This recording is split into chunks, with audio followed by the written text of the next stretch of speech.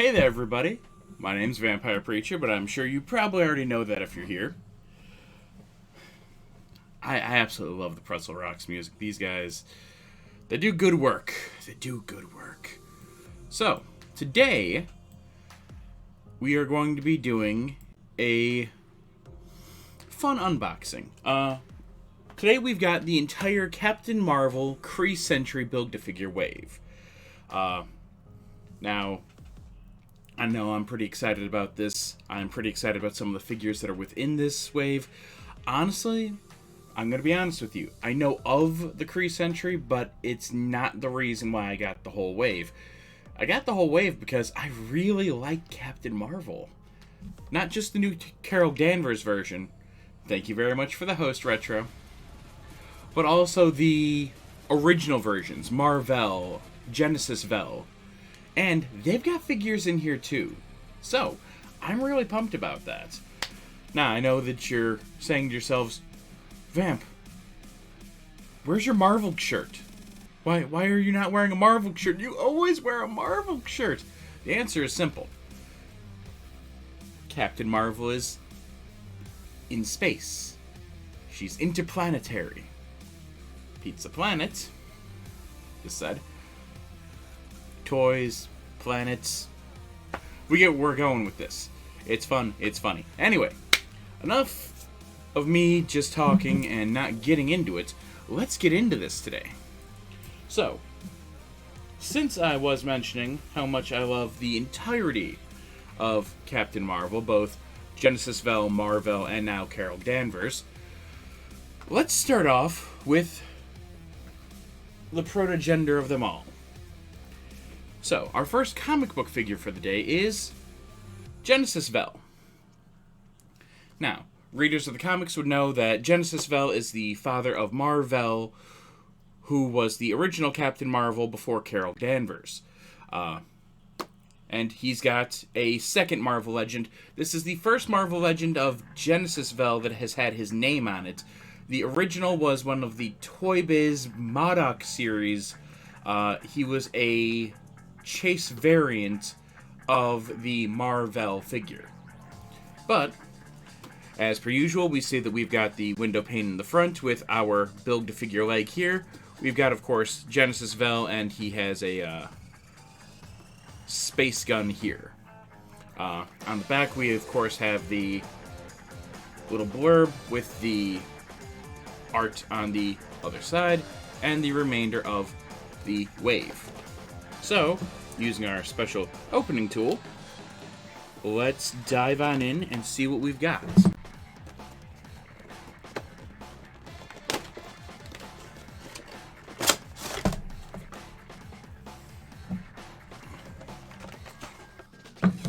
Now, the backgrounds for these are a little bit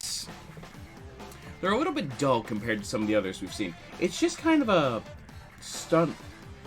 it's a yellow, gold, and white sunburst, starburst type pattern. It's nothing unique or different. It's just kind of, we do have the new style of the packaging where the bubble is actually part of it instead of being part of the exterior packaging as it used to be. Inside we have the Kree Sentry's leg, this is a substantial leg. If the figure is anything to go by just how hefty that leg is, that is going to be quite a build-to-figure. And of course we have genis-vell.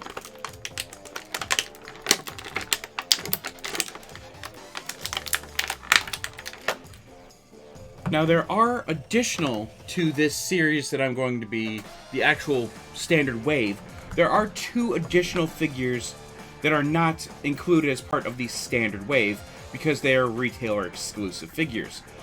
There is a retailer exclusive figure for Captain Marvel in her binary form, and there's a Captain Marvel exclusive figure in her Star Force uniform with an alternate head to make Minerva of Star Force, with extra rifle, 2 extra heads, and a scarf. So if you wanted to bulk up your Star Force, which that'll mean we'll have 3 figures in total of Star Force. Out of the 5, it's okay, it's not great, but we'll deal with it. For me, I really want that figure, I'm not going to lie to you, to get the scarf to put on my Jessica Jones. Because they didn't give her a scarf for some reason or another. Don't know why. But, that being said, getting into the actual figure himself. So, as stated before, we've got genis-vell here. With his cool little space gun that he's got. Now, the space gun actually does one thing that I love when they actually do it. It fits into the holster on his leg. We've seen too many Marvel Legends where they've got a holster on the thigh or on the belt, and it's just there for aesthetics. I'm going to be honest with you guys, I despise that. If you're going to take the time to mold out a holster, make it functional. Make it so I can put the gun in there. Otherwise, it looks silly. The plastic on this guy is actually a very unique one. If you look, it's a semi-translucent plastic, and he has embedded glitter to make him more of a cosmic-looking figure. Additionally, as I said before, it's semi-translucent. You probably can't see it with the camera, but I can see with my forelighting, I can actually see through his waist here, through his legs partially, and even through his backside, and through the base of his neck. So, that's an interesting effect that they did with it. Definitely gives the character a more cosmic feel. They even have bits of the glitter on his face. I'm going to guess because it's glitter put into the mold to the plastic, that you're never going to get two figures with the exact same glitter pattern. So that's kind of interesting. Kind of cool.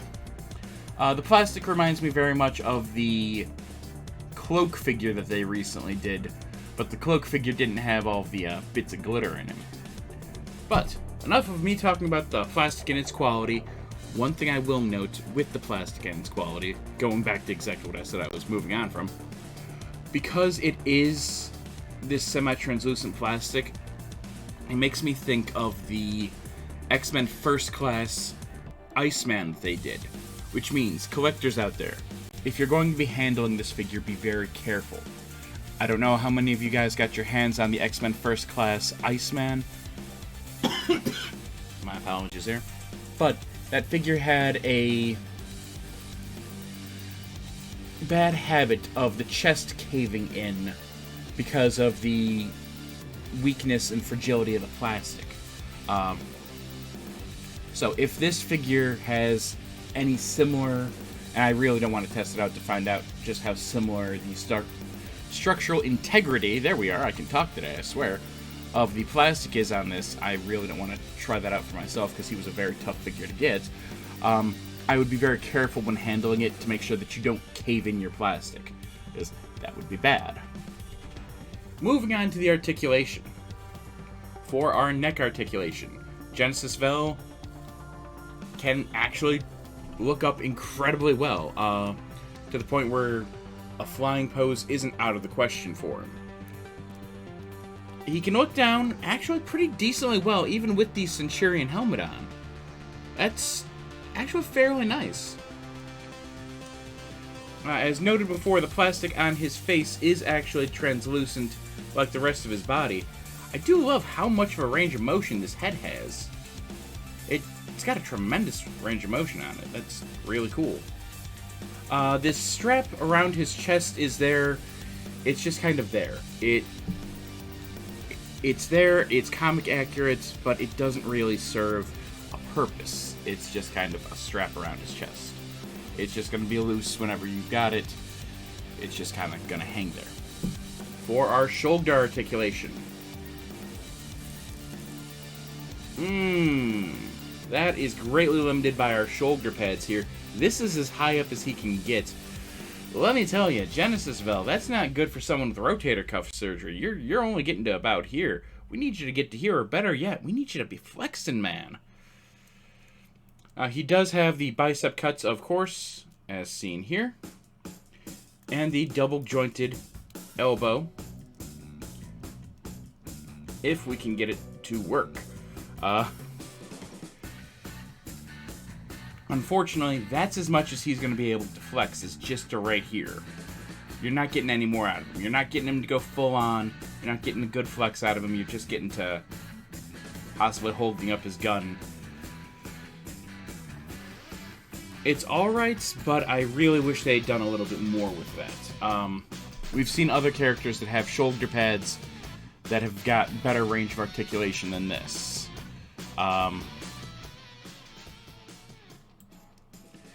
Additionally, he does have the new bands on. The bands are actually loose. They turn quite easily, if you can see here. They're just kind of spinning freely. But that also means that they're not going to be impeding on our wrist articulation, where he does have the 90 degrees in and out for a total of 180 degrees of wrist articulation. Or it should be, but he's got a little bit too much bulk to the back of his hand to go back all the way. It's alright. It's not the best articulation we've seen, but it's okay. And I do love that we've got an official genis-vell figure, finally. For our waist articulation. It's alright. Going forward and going back, it's... ladies, he's not bending over backwards for you. Not today, not anytime soon. I am very sorry about that. Yeesh. His waist articulation is definitely lacking. It's not bad, but it definitely could use a little bit of work. He also has, of course, the hip cut on him. For our thigh articulation.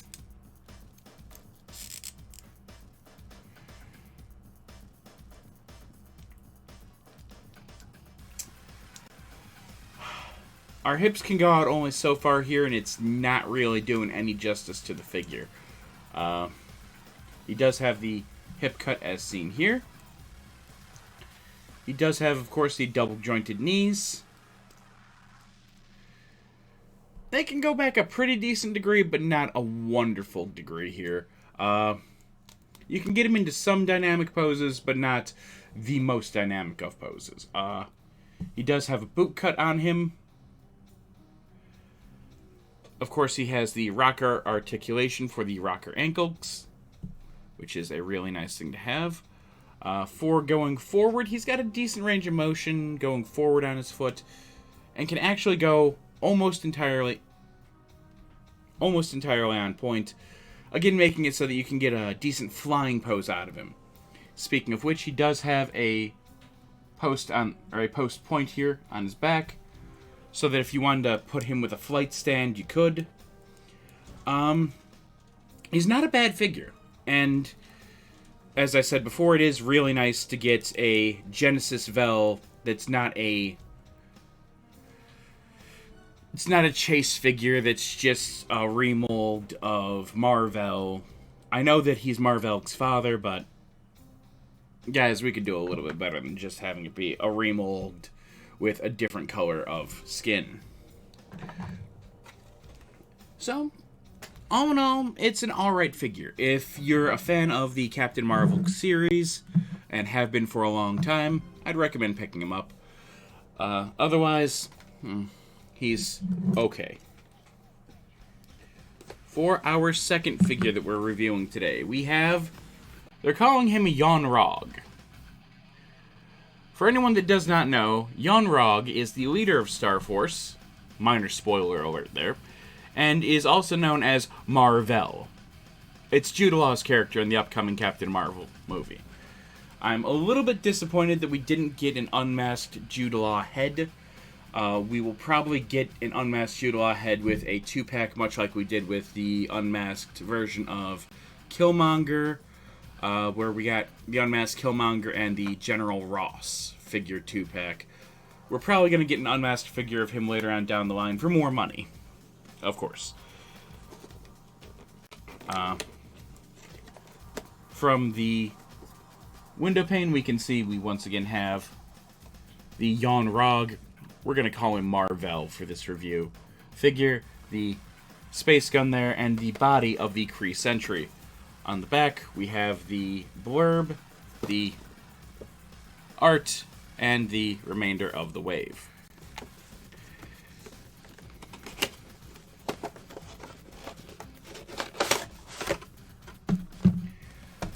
Once again, the backing, it's somewhat cosmic, and for this one, you can actually see the Star Force / Captain Marvel logo in the background. The previous one did not have that logo, so that's an interesting thing. But that's the only real difference. Beyond that, as I said before, the backing is kind of lacking. The backing is lacking. Now, of course, you know, if it rhymes, it has to be true. We've got our torso for the Kree Sentry figure. It's got a little bit of heft to it. It's a decent-sized torso. It's not huge. It's not quite our Juggernaut torso, which had to be shipped out in 2 pieces. Or even the Monster Venom torso, which was 2 pieces separated into front and back within the same box.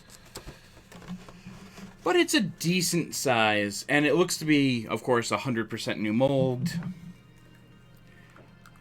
I know I'm personally really excited that if they did this new mold, maybe, possibly, you guys can reuse that for, oh, I don't know, the Marvel vs. Capcom Sentinel.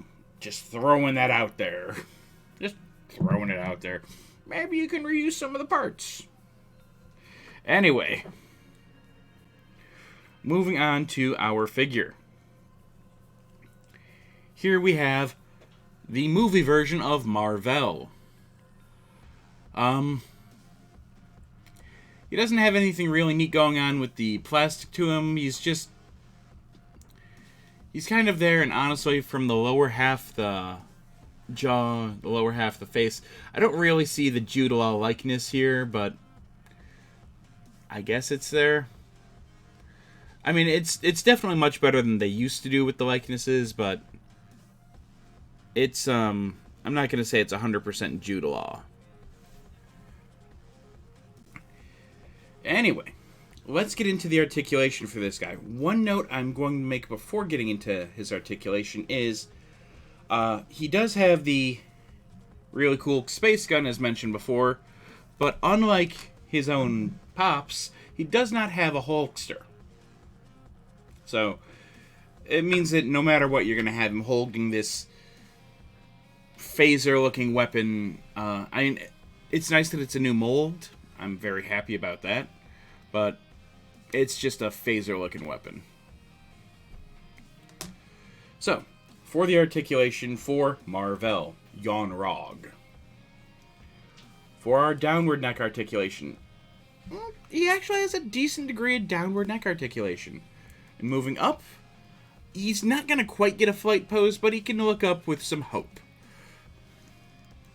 Something to note as this happened, well, examining the neck articulation, the belt is separate. It's not molded on, it just kind of moves as it feels like, so that's something to note while you're trying to pose it.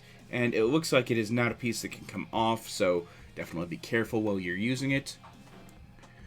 For our arm articulation, minus the fact that our left arm here is a little bit wobbly. That's very loose. For our arm articulation, without forcing it too much, that's as high as it can go. We're not even T-posing, right? I do like the new gauntlets that they made for him. They're a nice new mold. They are non-removable, of course. But they're a nice new mold for the gauntlets. Hopefully they can reuse something like that with some future figures. I'm thinking of a couple characters that have arm gauntlets like that that would be really cool to use. He has some the bicep swivel here, as I can definitely speak. He does have a double jointed elbow, but I'm going to guess, yep, that's all the articulation we're getting out of him because of those big gauntlets that he's got on. He can only go to here. That's, my man, you gotta be able to do the flex. Otherwise, what are you doing with your life? He does have the or hand articulation, rather, except that with these gauntlets on, he doesn't really like to flex. Ooh, even in the area in front of here, where the plastic is much thinner and it doesn't have the bulk of the rest of it, that's a little. Eesh. It could definitely be some better hand articulation here, is what I'm saying. Something I'm noting while looking at it is actually, if you look at the back of his hand, the bumps that are on the back of his hand are the same pattern as they were on the Black Panther, the Vibranium Suit Panther that we reviewed last week. So, that's kind of an interesting factoid, that this hand is probably just straight reuse from that exact mold with just different shiny, shimmery green plastic. This backpack jetpack piece that he has molded in here feels very hollow, so I'd be very careful around that. For his ab crunch, that's as far as we're going forward. That's not a whole lot. Going back, my man, you have worse articulation than your own pops, than your own father. It's not good. He does, of course, have the hip cut. Speaking of hips, for our hip articulation. Alright, that is a vast improvement over the genis-vell figure. It's actually much better hip articulation here. He does have the thigh cut, of course, if we can get it to move. He does have the double jointed knees, which can go a fairly decent degree back, even with the fairly large boots that he's wearing. So, it's not bad. It's not great, but it's not bad. For his feet, we of course have the rocker ankle, thankfully. Although the articulation is limited by the new shoe pattern they did here. Speaking of, we can only go that far forward with the new shoes, which is actually, I think, farther than genis-vell could, even with the extra bit of plastic here. And going back, he can go almost as far back as the genis-vell figure, who had much smaller boots on. All in all, if you want a Jude Law figure, although it doesn't really have Jude Law's likeness, if you want to just complete the Kree Sentry Build-A-Figure, or if you want a MEOW figure and you don't feel like paying eBay prices for the ToyBiz one, or you want one with a little bit better technology for the mold, then I do recommend the Yon-Rog/MEOW figure. Is it fantastic? No. Is it alright? It's alright enough.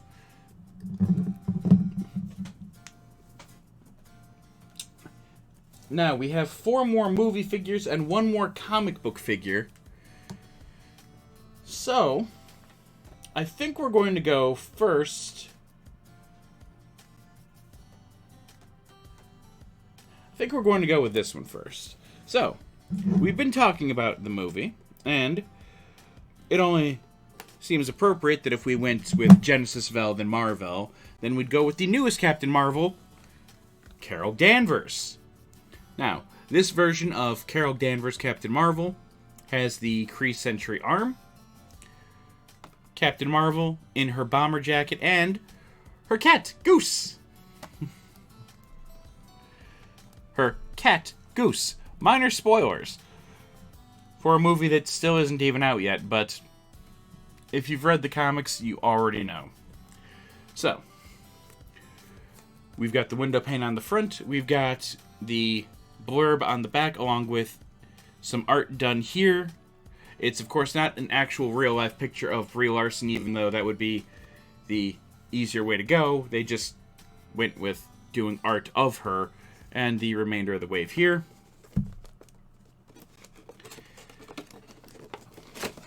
Inside the actual package,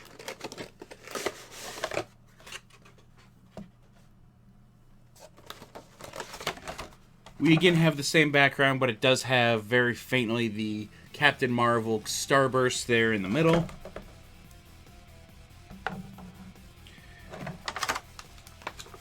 we have the Kree Sentry's arm, the left arm, to be exact, of the Kree Sentry inside. And as per always, the last thing that we're going to be doing with today's review is reviewing the Build-A-Figure itself, which is actually turning out to look really cool. And I'm not surprised. It is based off a Jack Kirby design. And Kirby's art is definitely something to behold. But it's a really neat design so far. So,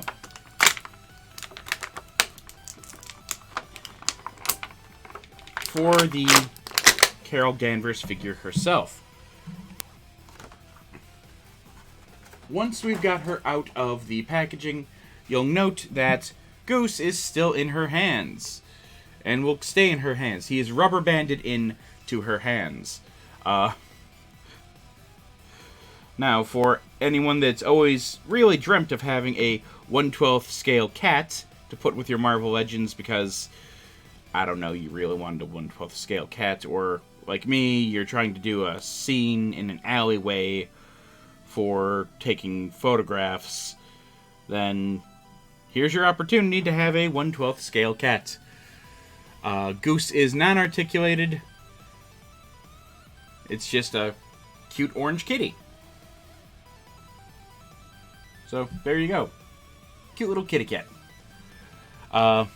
He stays in this static pose, although the eyes are very odd to this kitty cat. They're gold and they shimmer. It's weird. Cats have yellow eyes sometimes, but they're not straight up gold and shimmery. That's weird, whatever. It's definitely not at all foreshadowing for the movie. Anyway. Doing a mini review of Goose here, as I said before, unarticulated. The sculpt is kind of nice in that the fur is laid out pretty well. Even has his little paw pads for his paws sculpted, which is kind of cute and kind of nice. Almost looks like he's smiling too. It's a cute little kitty cat to just have as a cute little kitty cat. Guess hey, who doesn't love adorable kittens? Anyway. So, we have the Carol Danvers in her bomber jacket, Captain Marvel. Now, for me, I'm a big fan of this design, and I do actually genuinely hope they start giving us more of the 90s looks with the figures. A lot of figures and a lot of characters in the 90s, for some reason or another, wore bomber jackets. It's the 90s, man. What can I tell you? It was a weird time. And they would just wear them over their normal jacket. Look at the Black Knights from the 90s. Look at Captain Marvel. Jeez, even Cyclops from the X-Men wore a bomber jacket for quite some time with the Jim Lee design from the 90s. So, for me, it's a neat little thing. The face looks pretty great for Brie Larson. It looks fairly accurate for all the media that we've seen. I've seen people say that it looks like Amy Poehler. In person, it really doesn't.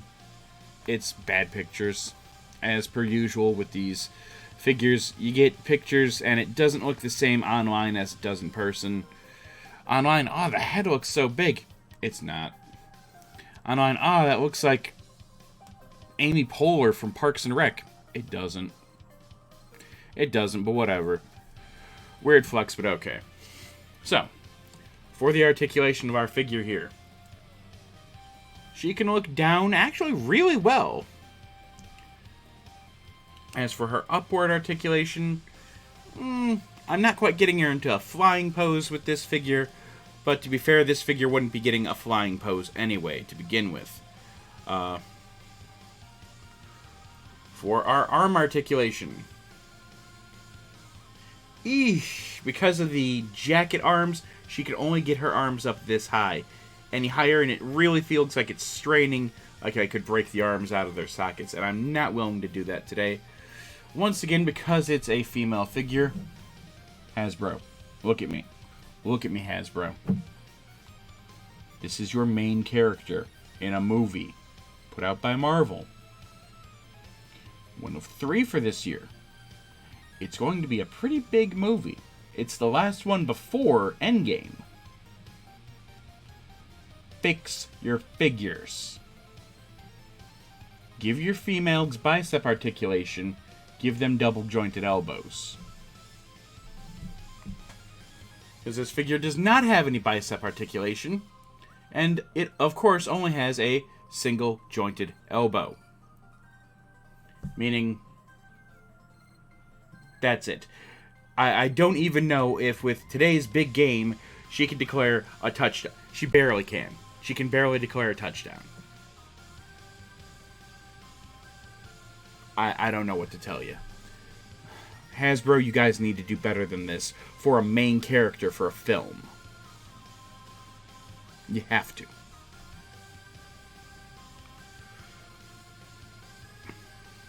For our hand articulation, because of the plastic around the cuffs of the jacket, she can't go quite the full 90 degrees in, nor can she go quite the full 90 degrees out. She can only go so far back and forth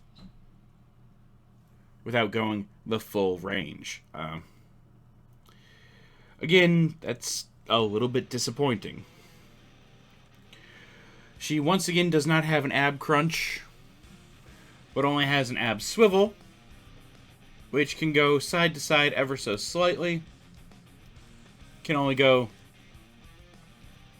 this far forward, which barely even looks like she's leaning forward, or this far back, which barely looks like she's leaning backward at all.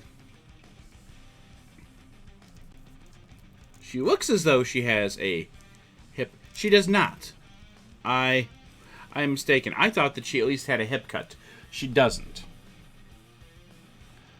Hasbro,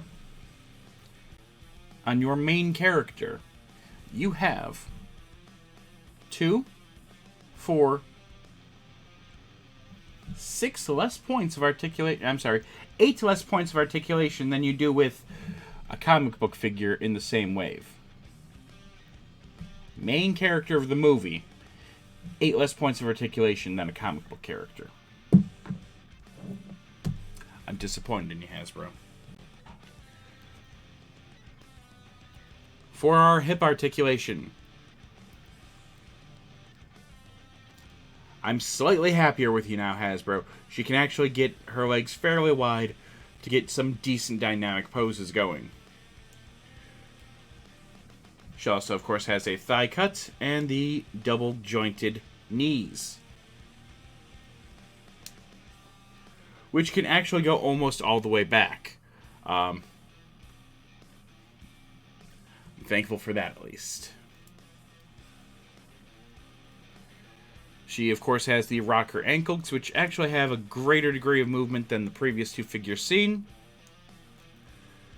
Can go a great deal forward with her leg, but can't quite go on point due to a little bit of extra plastic down here at the bottom of the mold. All in all, I'm going to be honest with you guys. Should I buy this figure?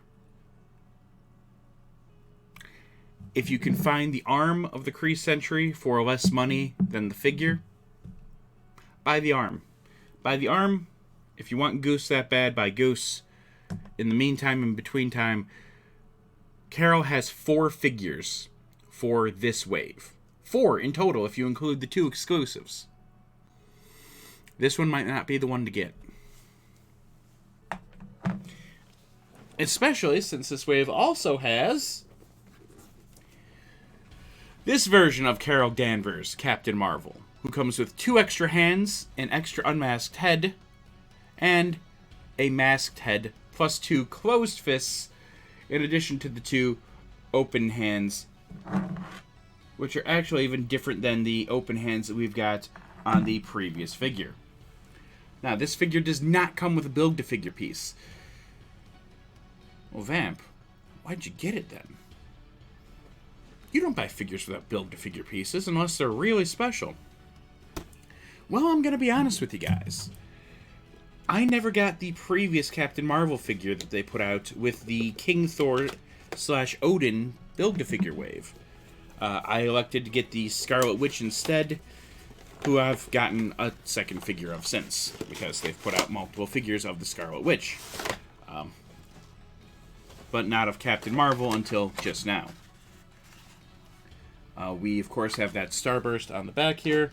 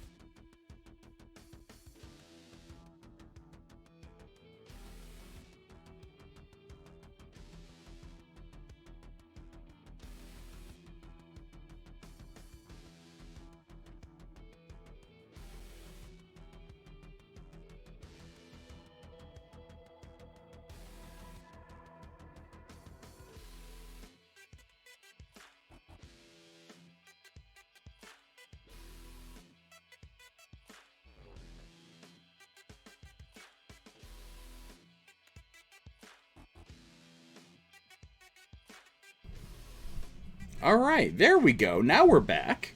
That's, it's a little bit odd. Maybe the mic just didn't like what I was saying here. Anyway, as I was saying, chat, I'm going to leave this question up to you guys. Of the two, which are you really going to display amongst your Avengers, amongst your other comic book characters? This is a neat version, and I do like plainclothes versions of heroes. But between the two, I'll take the version with both the helmeted, so I can put her with different groups in action scenes, and the unhelmeted, so that I can have her in more casual settings. As much as I do really truly, and I do mean really truly, love unmasked versions of characters, between the two, honestly, I like this version better. I even like how the hair looks on this one better. Maybe that's it. Maybe it's just the head. So, since we've got 3 heads for the same figure,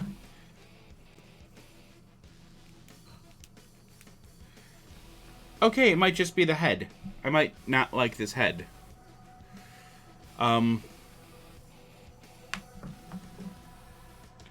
Actually, that's why they didn't give this version to it, because the hair sits very odd with the jacket. Otherwise, this version looks slightly better with the jacket. That's a little bit odd. That is one nice thing with modern Marvel Legends, is that the parts are very interchangeable. So if you did want to swap out and have the windswept hair with your fully costumed figure, or if you wanted to have the helmet with your bomber jacket, you could. It's a nice thing with the modern Marvel Legends, and something that I do appreciate with Hasbro and their modern machining. So, enough about me saying why the other figure isn't the one to get and this one is. Let's get into the figure's articulation. So, for our upward neck articulation, took a little bit of doing, but she can look up fairly well. I'm not sure if I can get her into a flying pose I'd be really happy with, but I can get her into a decent... Actually, I can. It took a little bit of extra doing, but yes. The helmet can actually sit above the collar piece to make it so that you can get a decent flying pose. A pose we're probably going to see quite often out of Captain Marvel when she's not punching grandmas. I'm kidding, of course. She doesn't punch an actual grandma. We'll get to that in just a moment. So, for our downward neck articulation, she can actually look down on people fairly well. For her arm articulation, for her shoulders, I'm already anticipating with these shoulder pads, I am vastly wrong. I've been proven incredibly wrong. Okay. I'm happy to say I'm wrong. Thank you, Hasbro. With an exception, it seems. I'm wrong on the right arm. I thought the right arm was not going to be able to get up all the way to the full 90 degrees. With the left arm, it doesn't seem to be able to get quite there. The shoulder pads are actually connected more at the bottom here, so that she can get her arms a little bit higher up. She can't get to the full 90 degrees. We have yet to get a figure in this whole wave that can T-pose. Which is not something you want to say. Additionally, once again, no bicep articulation. For our arm articulation, we only have the single jointed elbow. We can only get to about here. Guys, you gotta let her flex. She is one of your strongest female characters, both literally and metaphorically. Let the girl flex. Additionally, for our hand articulation, with these closed fists, she can only get her fist in most of the way. And she can actually get it out almost 100% of the way for almost the full 180-degree articulation with the fist hands. With the open hands,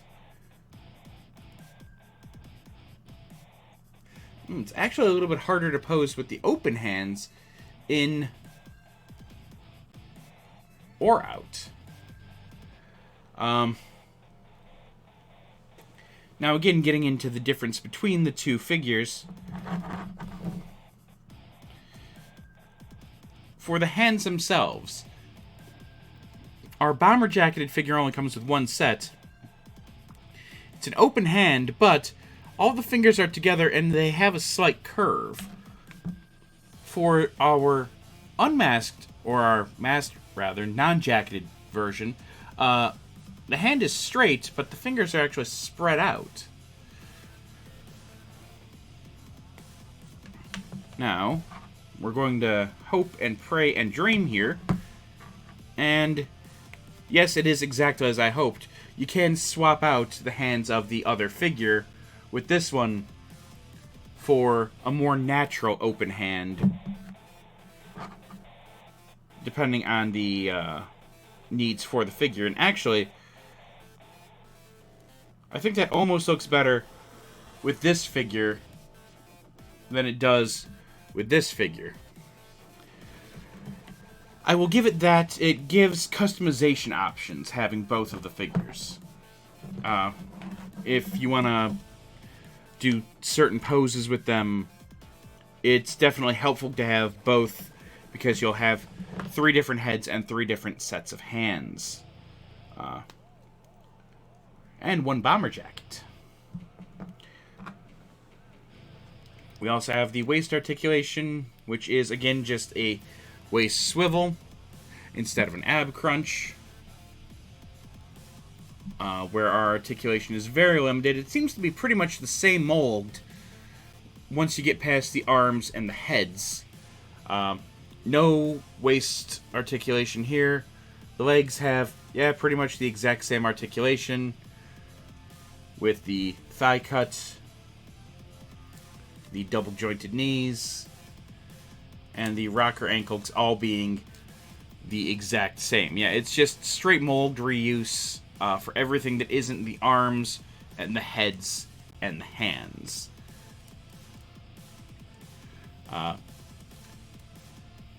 Everything that isn't here is just straight up mold reuse. Actually, here. There we are. This body is the exact same stock body between that figure and this figure. The only difference is they added on a soft goods leather jacket. I'm going to be honest, it seems a little bit lazy, but alright. Hey, that's your guys' decision. I'm going to be dead honest with you guys. If I had to choose one figure to get of Captain Marvel, I would get the one without the Build-A-Figure piece. This is the more iconic look because it has both the helmeted head and the non-helmeted head. It's got the two sets of hands. If you're not going to be getting the whole wave, if you have no interest in the Kree Sentry Build-A-Figure, and if you don't want to have this adorable little kitty cat, then just get this version. It's the better of the two. I'm really sorry to say it, but it's the truth. Now, I mentioned earlier that she didn't really punch a grandma, but we saw the trailer. She punched a grandma. She punched a grandma. I saw her do it. I saw her punch that grandma. Well, she really didn't, though. You're telling me what I saw with my own two eyes is wrong? How dare you? Well, I'm glad you asked, because the next figure we have up is Talos. Now, Talos, as we can see here, has the Kree Sentry Build-A-Figure leg and himself, and that is all that he comes with. On the back, we've got the blurb, we've got the picture, and of course, we've got the rest of the wave. Now, the reason why I bring up the punching the grandma with Talos is that Talos is not, with the backing, we also have the Captain Marvel logo once again. Talos is clearly not human. Talos is an alien known as a Skrull. Now, comic book fans will know what Skrulls are, but movie fans will have no idea. What in the world is a Skrull? Skrulls are a race of shape-shifting aliens that can take on any form. So that was not a grandma that she kicked, it was an alien that she punched and kicked. That's why in the next trailer they showed the grandma getting up and starting to do ridiculous kicks and stuff. So, we have a Skrull. Now, my prediction is that these guys are going to become huge in the Marvel Universe very soon, for the MCU, that is. They've already been big players in the Marvel Comics, but in the MCU, I have a feeling that Skrulls are about to become the next big Thanos. Mainly because Skrulls are shape-shifting aliens, and we've already seen in Endgame that Ronin is going to be in there. Ronin is the costume that Hawkeye takes on during the Secret Invasion, where Skrulls, these guys, have started replacing everyone, and I mean pretty much everyone, in the Marvel continuity with Skrulls. They've been shape-shifting and taking on the roles of these different heroes for years. They've taken on the role of Elektra. They've taken on the role of Hank Pym, which is totally why he did not backhand his wife in the comic books. Nope, that wasn't a thing. That was a Skrull. That was a Skrull that did it. Nice retcon, guys. These guys started taking on the role of absolutely everyone in the MCU, or in the Marvel comic universe. I'm going to guess in Endgame, because it comes right after Captain Marvel, who introduces Skrulls as a thing, we're going to be getting a secret invasion soon. And a lot of these guys are going to be coming up as part of the Avengers. Who knows who can be an alien instead of being an actual person? Who knows? Anyway, let's get into the figure itself instead of speculation of the future of the Marvel Cinematic Universe. So, for our neck articulation, our Skrull buddy Talos here cannot look down upon those that he sees as lesser than himself, but can look up fairly well. If anything, I'm just really happy that we've got this figure because we've got an extra Skrull head. So if you want to start doing some Secret Invasion type photo shoots, you can. So that's kind of cool. For our arm articulation, our shoulders can go... That is not easy to move. These shoulders are really giving me a hard time. But once they stop doing so, he can actually get his arms fairly high up. I believe he has two different shoulders, so that's why this arm is actually slightly higher than this one. Meaning he can at least T-pose. It's the very first one that can. At least today. His bicep swivels are very different than what we're used to. We're used to him having some larger biceps here that puff out and the swivel and cut being a little bit more on the inside. This is pretty much just a straight line cut. It's a little bit weird compared to what we're used to seeing. It's not bad, it's just weird. We additionally have the double jointed elbow. Oh! That's what I'm talking about. Look at that. Our man can get his hand all the way behind his own head for just some hilarious dance moves. Anyway, his hands are kind of ridiculously huge. Like, really ridiculously long fingers. Like, they might have more joints than they should, or they're just really, really long. But they can go in and out the full 90 degrees each way. Well, pretty much the full 90 degrees each way. Of course, he also has the wrist swivel there.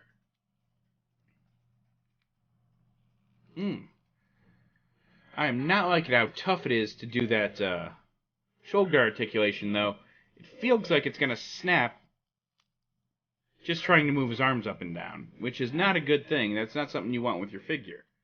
I do believe he has an ab crunch inside of here, and he does, where he can bend fairly far forward and fairly far back. Additionally, as we now see, you can remove the coat on the figure, which is soft goods.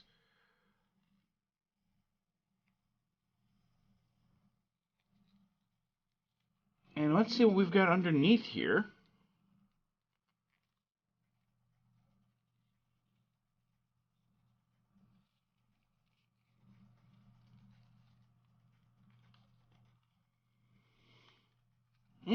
This coat really does not want to come off, but it's going to. One way or the other, we're getting this coat off.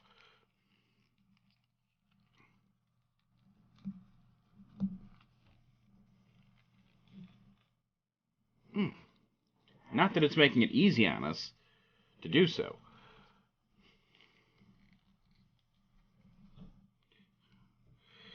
And the next question is going to come up of, I knew that I could, but I never stopped to think about if I should.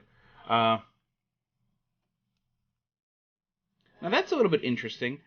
The mold here has two tiny holes up top, but no pegs in this coat for that. I'm going to guess because, and yes, seeing it without the coat on, I know I'm right. First of all, the ab crunch is wonderful on this figure, going forward and backward, and that's because this is a mold reuse. The chest piece here is actually the same chest piece that we saw for the Ragnarok Loki. Which is why we've got the 2 pegs, because he has a cloak. I believe they used the same chest piece with the original Loki for the first Avengers movie as well, even though that was a very limited run figure.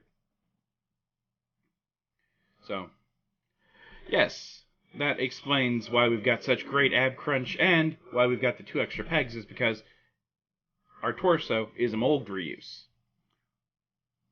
We do also have the waist articulation here for our hip articulation. We can go a decent degree, a little bit farther than MEOW, about the same as genis-vell, nowhere near as far as Captain Marvel, Carol Danvers herself. We do have the thigh cuts here, the double jointed knees, which can go a decent degree back. A lot of that's because of the boot on here, which, funny enough, this character has boots, but no boot cut. genis-vell does not have boots, but he does have a boot cut. I'm not going to even start commenting on the weird decisions being made here with 4 of the characters that we've reviewed so far having boots but no boot cuts, and the only one that doesn't have boots has a boot cut. Alrighty then. We, of course, have the rocker ankles, which have a great degree of articulation on them. Like, an almost painful degree. It can go really far forward, which is absolutely fantastic, and really far back. He's got a lot more feet articulation than I expected a Skrull to. You can say that's Skrullexist, but it's also true. I'm pretty happy with this figure all in all. I don't think it's a bad figure. Again, I'm happy that we finally have a Skrull figure. First one since the Walmart exclusive 2-pack of a Skrull and a Kree soldier from, I don't even know when. This is ages ago. It was right after the license changed hands. It's been a rather long time. It was actually the very first time we saw Nick Fury's trademark jacket that we've seen on 100 other figures that have trench coats since. Now, amazingly, the figure's coat went back on much easier than it came off, but again, I'm just happy to have a Skrull head that I can use on various figures for various photo shoots. Speaking of Nick Fury, one of the figures that I'm most excited about in this wave is a young Sam Jackson. Ladies and gentlemen, this is not Deputy Director Nick Fury, it's just young Nick Fury. I believe he's a colonel at the time. He has the other arm of the right arm to be exact, of the Kree Sentry. He has a gun. He has Goose, but this time he's all wrapped up in this weird bondage gear, which we'll get to in a moment. And of course, a young Sam Jackson in a all-black suit. And now you guys understand the reason why my stream is titled what it is. It is all because of this figure. Once again, we have the artwork on the back with the blurb, and the remainder of the wave on the back of the box. Now, we've known for some time that young Sam Jackson and young Clark Gregg are going to be parts of this movie. The backing, once again, has the Captain Marvel Starburst in it, but that's really it as far as anything goes with that. In the box itself, we have that remaining Kree Sentry arm, one 9mm handgun, one bondage cat,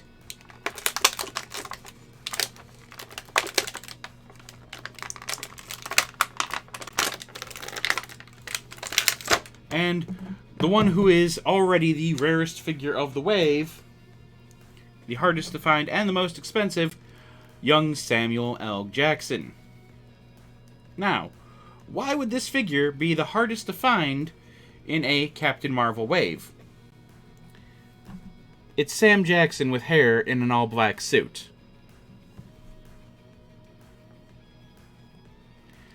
Without trigger fingers, which is triggering, ha ha ha, to go along with his gun here. Which is also a far smaller gun than Julgs needs. I'm sorry, did I say Julgs? I meant to say Sam Jackson. I meant to say Nick Fury, not his character from Pulp Fiction, which is 100%, well, it's a 6-inch figure of Julgs. Let's call it duck and duck here. That's what we've got. We've got Julgs from Pulp Fiction.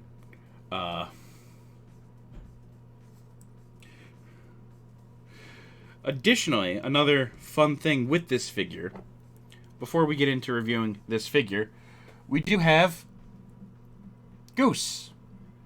The same kitty cat that we have from before, but instead of being all cute and playful, now Goose is bound up with his mouth covered and his paws, both front and back, shackled. Why would that be? That's weird. Who would ever tie up a cute little kitty cat like that? Who would do such a thing? What kind of monster would do that? Unless, of course, that wasn't a cat. Readers of the comic will know Goose is no cat. Goose is an alien known as a Flarkin, I believe, is how you pronounce it. Which is also a shapeshifter, but it's pretty much an intergalactic version of Cthulhu. And thus, we now have a Sam Jackson that can do this. Because they made a mold in the back of Goose where Goose can be held up by your Sam Jackson figure. Once again, as my stream states, say meow again. I dare you. I double dare you. I can't say the remainder of it, but you guys know the line. So yes, expect Goose, the adorable kitty cat, who's definitely not on movie posters already. Oh wait, yes he is. To be a highlight of the Captain Marvel movie. But getting into the figure itself. Minus the need now for a tiny version of a young John Travolta's head to go on another suited body. We've got our young suited Sam Jackson. His head can look down fairly well, and can look up fairly well as well. People who are vigilant will notice that, in this case, Nick Fury, Sam Jackson, has both of his eyes. So we're going to probably find out why he's the one-eyed wonder that he is in the remainder of the Marvel Cinematic Universe from this movie. I almost called him what Deadpool called him, but I realized that might not be entirely family friendly. Anyway, for his shoulder articulation. Wow! That's actually much better than I anticipated. He can get his shoulders up fully to a full-on T-pose. He can move his elbow or his arms because he has the bicep cut, and he does have the double-jointed elbows, which can actually flex pretty well. Nicely done. Monday to Friday. That's right, we're going TBS edits. His hands do not quite move the full 90 degrees in nor out due to the cuffs of his suit. He does have a waist... I'm sorry, he has an ab crunch. Not only does he have an ab crunch, but this needs to be seen. That's actually surprising. they didn't just phone it in and throw on the jacket over nothing. I don't think anyone has looked through this yet. They actually sculpted on Nick Fury's shoulder holster onto the figure. That's impressive. That's really impressive. I only wish that I could swap out his arms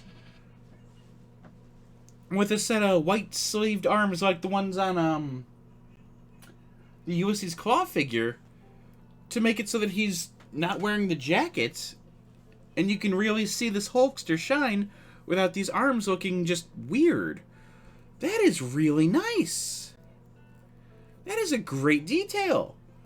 And these aren't just painted on, they're actually sculpted. That's actually a really great detail. Now, I figured this was going to be a straight remold of the same suit body that we've seen time and again. We've seen the suit body used for the Chameleon. We've seen it used for Clark Gregg's character from Agents of S.H.I.E.L.D., Agent Coulson. We've seen that same suit body used for Tony Stark with the MCU 10th Anniversary first Iron Man figure 2-pack. I'm actually really impressed that that's not just a straight reuse. Color me impressed. Because it's a new mold, we actually have a decent amount of articulation there with the ab crunch, and actually can bend over fairly well with it. He does have the hip cut, of course. Speaking of, for his hips, he can get a decent bit of articulation. It's not absolutely fantastic. It's not what we saw from Captain Marvel, but it's as good as Talos and as good as genis-vell. He, of course, has the upper thigh cut here. And the double-jointed knees, which can go a decent degree back. They could go better, but it's not bad. With his feet, we of course have the rocker ankles, which can go in and out pretty much as anyone would ever want. A really nice pair of shoes on him. They look really snazzy. He can go that far forward and that far back because of the molding around the bottom of his pants. Wow. There is definitely a reason why this is the rarest figure in the line. And it's not just because of Bondage Cat. It's actually a fantastic figure that they really spent some time on. I'm really happy with this figure. All in all, this is already my favorite of the entire wave. And he's not even the main character of the movie. I'm really impressed with how they did this figure. They put a lot of time and effort into it, and they didn't just do a straight mold reuse, which is saying something. I'm really happy with this figure. Enough of me gushing on and on about this fantastic job they did with Samuel L. Jackson. Moving on to our final figure of the wave. Now, this one's a little bit weird to me, but I'm not going to complain, because I am a comic book fan, and because I like getting some of the weirder characters every now and again. Our final figure in the wave is the Grey Gargoyle. The Grey Gargoyle only comes with himself and the head of the Kree Sentry, and has the, of course, artwork and blurb respectively, with the remainder of the wave on the back.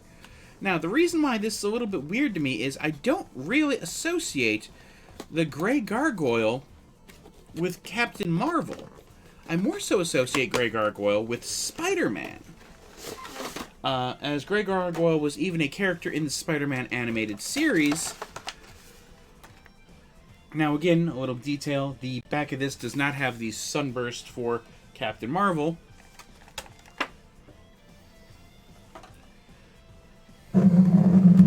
But I do really like that they gave us this figure, he's probably going to go with other members of my, I'd say Sinister Six, but it's far more than 6 characters.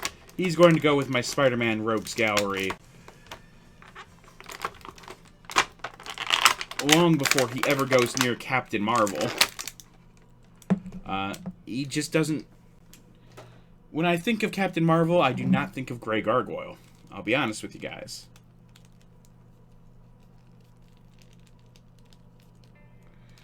Hey there! Welcome back. And I'm usually fairly happy. Especially while I'm reviewing cool new sets of action figures for a exciting new Marvel movie that's coming out. So, there's a lot to be happy about. So, of course, he also has the final piece of our Kree Sentry Build-A-Figure, who I'm going to be reviewing next. As per always, it will be the last review that we do today.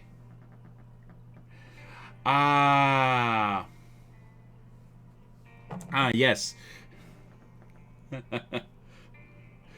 Oh, you just missed the reason why we had that as the title. It involves Bondage Cat here, Goose from the upcoming Captain Marvel movie, and what is definitely not just the Pulp Fiction version of Samuel L. Jackson in an all-black suit, who came with said cat and a gun. So, yes, we were making a reference to Pulp Fiction there, while keeping it family-friendly. Of, say meow again, I dare you, I double dare you. Monday to Friday. Mother father. We see what we're getting at here. Again, family-friendly.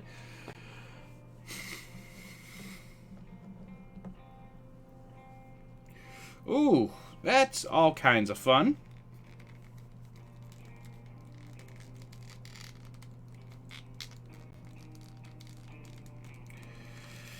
Alright. Now, a weird thing is the cape that comes with Grey Gargoyle here is not quite fitting in. I think we've had this problem before with the Gladiator figure that we had with the Apocalypse Wave a few months ago now. I'm so sorry to hear about that, WS. But, getting into the figure at hand. The plastic on Grey Gargoyle here is, again, kind of a semi-translucent, and you can see, if you look closely, there's particulate all throughout the molding, both on the cape and on the figure itself. There's black particulate, there's white particulate. It actually gives him a very granite look, which is really kind of nice. I hope it all goes well for you, WS. Another thing to note if you get your hands on this figure is the belt on him is a separate piece. It's not molded on, and it just kind of moves around, much like we saw earlier with the Marvel/Jan Rog figure. I'm very sorry to hear about that, WS. Now, I am a little bit cautious of moving this figure, as it seems like he really doesn't want to move, and I don't want to press him too hard and make it so that our joints break on him. I'm very sorry to hear that, WS.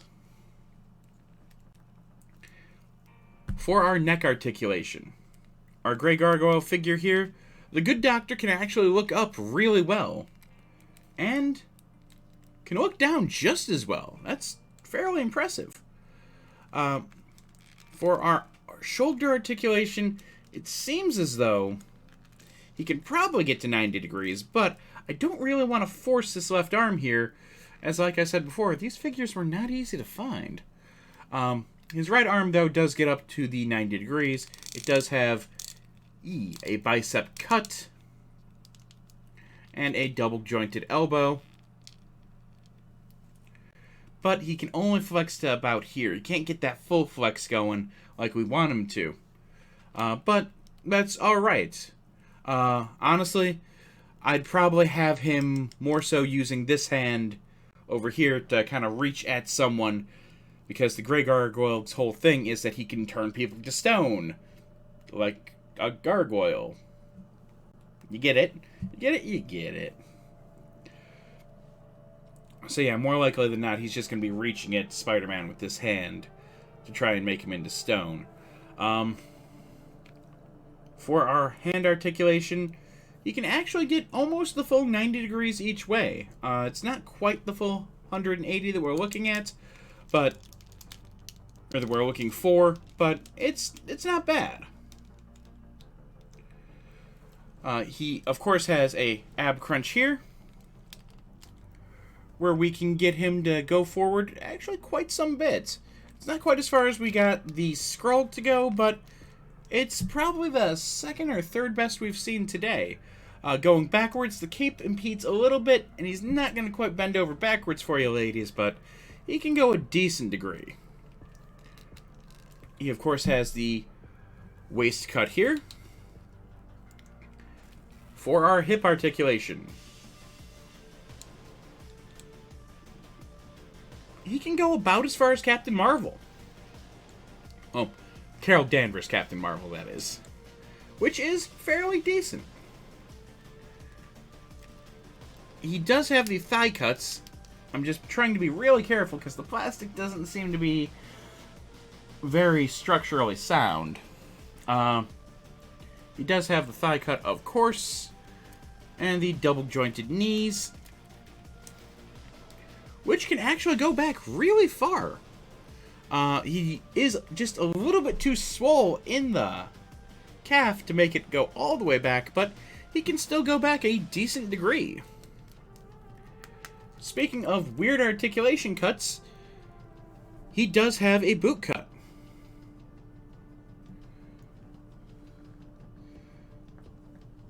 It's alright. Thanks, WS. Hope to see you another time. Hope to see you soon. Hope you get this all worked out with your stream. I hope everything goes well for you, and I hope you have a great day. As I was saying, we do have a boot cut on our figure here. At least this one actually has boots that are separate from his calves. So, at least his makes sense, unlike genis-vell's, but he is the only other figure in the entire wave that has a boot cut. I don't get it. Anyway, we do have the rocker ankles here, and they can go a decent degree. Actually, they can go really far. He can go pretty far forward with his feet, and can go all the way on point backwards. All in all, I'm not going to lie to you guys. I love this figure. Does it have the most accessories? No. Does it have the greatest of articulation? It's okay. Well, why do you love the figure so much, then? This is one of those characters I never thought I would see in plastic. At least not since the 90s. It makes me genuinely happy to see this figure and know that we got a Grey Gargoyle figure to go with my Spider-Man's Rogues Gallery.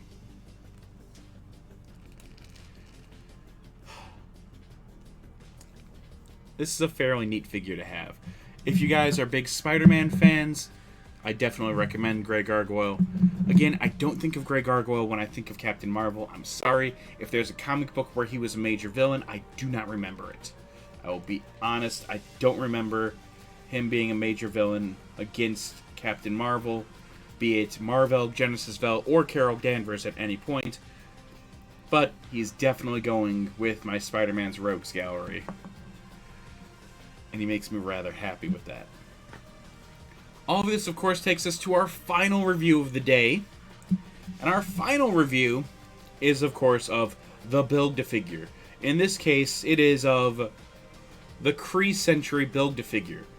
Now, he is a fairly beefy Build-A-Figure, I'm not going to lie to you guys. He's not the biggest I've seen, nowhere near. But he's still fairly large. Compared to our genis-vell figure, that's our relative size. He is definitely a beefier guy. So, he looks great. He 100% has the Kirby look to him. He's based off the original look that Jack Kirby gave him. I love what they did with this figure. It makes me very happy. It's just a very cool look. And as I mentioned before, Hasbro, you guys, a little bit of retooling to this, and you can give us the Marvel vs. Capcom Sentinel. I know plenty of gamers that would kill to have that Sentinel, because he was my man in MVC2 and the original MVC. Of course, he hasn't been seen since, but that would be a definite want for most of the people that I know. And for most of the people here on Twitch. Getting into the articulation of this guy. For our neck articulation, he can look down fairly well. And he can look up to the skies and lament actually pretty well. For our arm articulation, minus the fact that being a Build-A-Figure, pieces like to pop out, he can get into a full-on T-pose, something we didn't see in most of the figures from this wave. He also has something at least two of the figures in this wave didn't: a bicep cut. His biceps have a cut in them, unlike the female figures. Hasbro, your robot has one. Just saying. For his arm articulation. Ooh. Eesh. That's unfortunate. That's as far as his elbows can bend. It is because of these big beefy gauntlets that we've got here that just add in a whole bunch of extra plastic, but ooh, that's eesh. You need a robot that can flex for you, man. Speaking of lacking points in articulation, that's as far back as his hand can go. Clearly because he has his gauntlet piece. It can go forward though, but nowhere near the 90 degrees. Just enough to have a little bit of a gap between the back of his hand and the end of this gauntlet. Now, another thing of note is if you look closely at the palms of his hands, he does have openings as though he could fire out an energy blast, which is appropriate for the character, or as though he could have a tentacle come out if he were, say, to be the basis of a Marvel vs. Capcom Sentinel. Maybe? Just saying. Look, I really want a Marvel vs. Capcom Sentinel. I'm sure I'm with everyone else who collects Marvel figures and plays games when I say I want a Marvel vs. Capcom Sentinel. For our waist, we only have a waist swivel and not a ab crunch, but we can actually go decently side to side. Actually far better than Captain Marvel even could with our side to side. Going forward, we've got a little bit of an ab crunch here. Going back, again, he is not bending over backwards for you, but that is a decent, it's still a decent amount of range. Better than some of the other figures we had. Captain Marvel. I'm sorry, I had a weird cough there. Anyway. For our hip articulation. We do not have a waist cut on this figure, but for our hip articulation, wow. That is actually the farthest we've seen today. Wow. The Build-A-Figure has the best hip articulation of all of the figures. Who'd have thunk? Anyway, we also do have thigh cuts, though they're not full thigh cuts because of some of the molding around the sides here. But you can move the thighs still nonetheless. For his double jointed knees, I already know how this is going to go based on, yeah, look at that. There's just too much plastic here around his calves. Kree Sentry, my man. If you had a knee replacement, they would send you to physical therapy for that.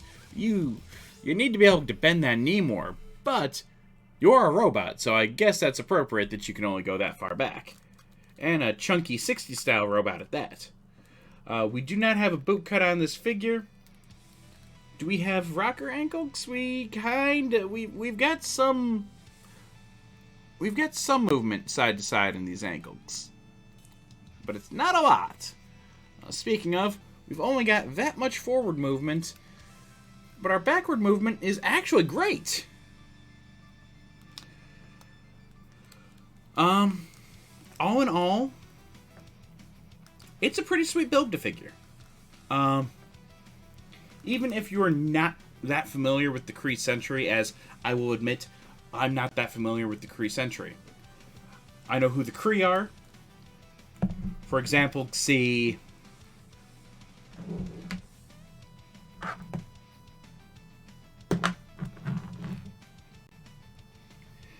But I'm not that familiar with the character of the Kree Sentry. That being said, it's a really solid Build-A-Figure. It's an awesome looking robot if you want a cool space robot in your collection. I'm not gonna lie to you guys, I mostly got this whole line for the Marvel, genis-vell, and Carol Danvers figures, and of course, the Sam Jackson figure. Honestly, I just liked all the characters in the wave itself. I liked having a Skrull, and I really like having Grey Gargoyle. So, having the Kree Sentry Build-A-Figure was just kind of icing on the cake. Sprinkled on our sundae. And I'm fairly happy with it. It's a pretty cool Build-A-Figure. All in all, I'm happy with the wave, but there are things that could have been handled a little bit differently. An unmasked Jude Law head would have been nice for Yon-Rogg Mar-Vell. A lot of improvements need to be made on your female figures, Hasbro, and I mean a lot. Beyond that, I'm happy with everything else. I'm really happy with the young Sam Jackson figure. I'm happy with getting a Skrull. I'm happy with genis-vell. I'm really happy with Grey Gargoyle. There's some things that could have been done a little bit differently, but all in all, I'm alright with what we got. So, thank you so much to everybody for dropping in. Thank you so much, WS, for trying to drop in. I know you were having some problems with your connection. Thank you to everybody that stopped in today. Next week, we are going to be, hopefully, as long as I get all the pieces, because I'm still missing one figure. Come on. I got all the rest of them already with my pre-orders. You guys got to get these. You guys got to get this together. I think I see exactly who I'm going to be rating today. So, guys, I'm going to be rating Zensinum. He is playing A Hat in Time. He's actually doing the DLC for A Hat in Time. Zen is a really cool guy. He's a ton of fun. He's well worth the view. Give him some love. Give him all the love you can. And while you're there, if you've got Retro Vixen's emote, or if you've got Zensinum's emote, spam those emotes. Otherwise, if you do not have those emotes, you know, let's keep it up with the comic book. Let's keep it up with the Aquaman GG. Spam him some Aquaman GG if you don't have Zensinum or Retro Vixens. Yep, that's the one. Spam him with Retro Vixens, Retro V2 Hype, or the Zensinum Pikachu Grr, awesome little thing there. But if you don't have either of those, spam him with some of the Aquaman GGs. He's an awesome guy. And well worth your view, if I can spell his name. Alright. So, thank you so much to everybody that joined in. Hopefully next week we've got the Kingpin wave and a bonus figure, because I got the bonus figure, but not my last figure for the Kingpin. Weird how that works. Thank you so much, everybody. Thank you so much for stopping in. Have a great day. Enjoy your Sunday. Enjoy your Super Bowl if you're here in the U.S. Yeah, have an awesome time and keep it nerdy, guys.